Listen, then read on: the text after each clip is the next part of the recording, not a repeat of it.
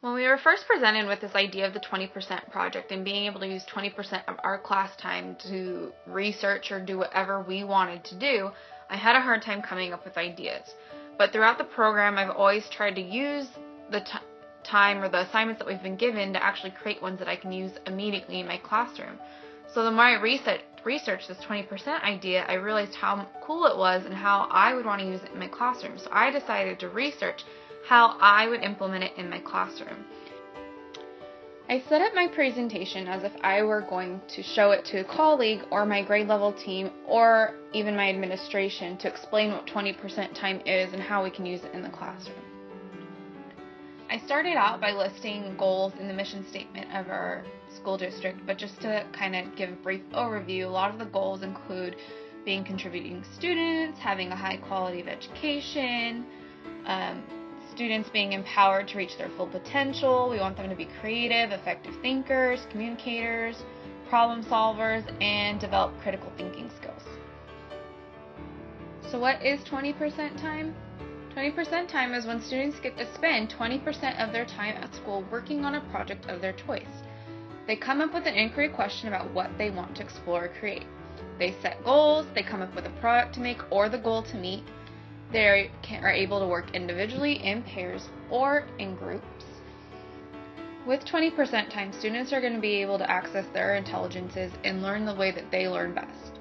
They're also going to be using skills that carry them into the workforce. All of these skills are things that you would do in the business world. They have to make a proposal. They have to come up and present their ideas or present their products.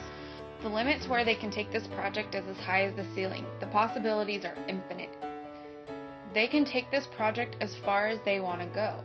As far as they can research, as far as their creativity goes, as far as their brains will take them is how far they can go with this project. It's all up to them, and it's all up to their capabilities in reaching that limit for themselves. How do you introduce 20% time to your class? Let them research what 20% time is for about 10 to 15 minutes. Then you want to give them the rules for the project. Let them know that they can work in groups or alone or in pairs. They also need to choose a project that they wouldn't normally get to do at school. They have to choose a product to make or a goal that they want to achieve. They're also going to have to write a proposal to pitch to the class. The proposal has to include a purpose for the project, who the audience is. They need to come up with a timeline for how long it's going to take them and resources that they're going to need to complete the project.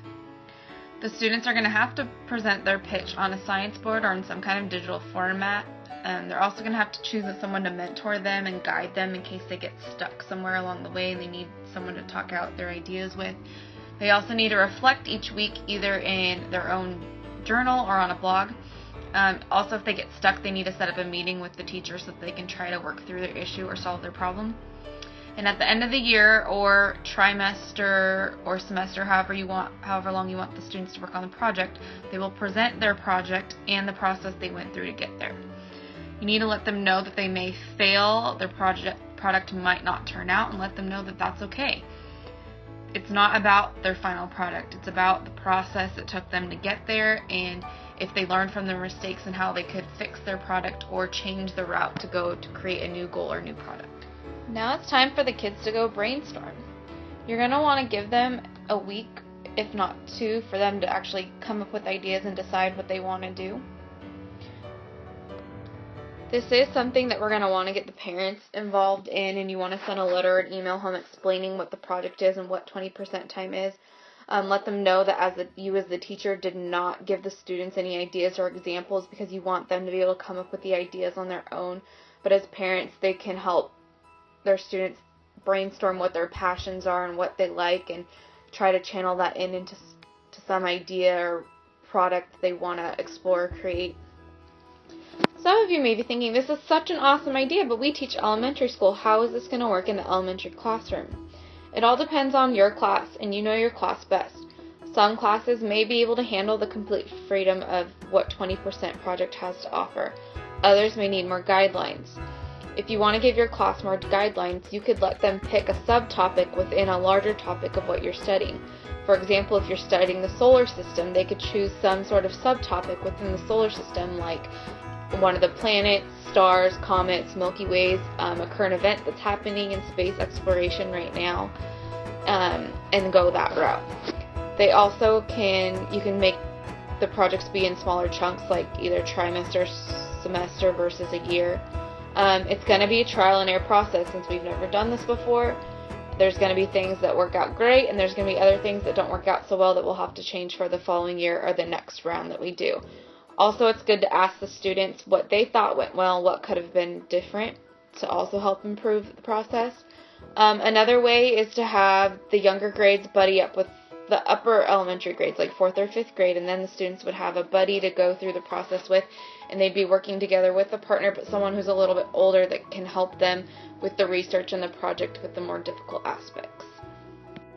I've included my resources of the websites that I use to research on 20% time and how to incorporate it into the classroom, and I'm looking forward to trying this out in my classroom next year, and hopefully we'll be able to get to use it. And this concludes my presentation on 20% time.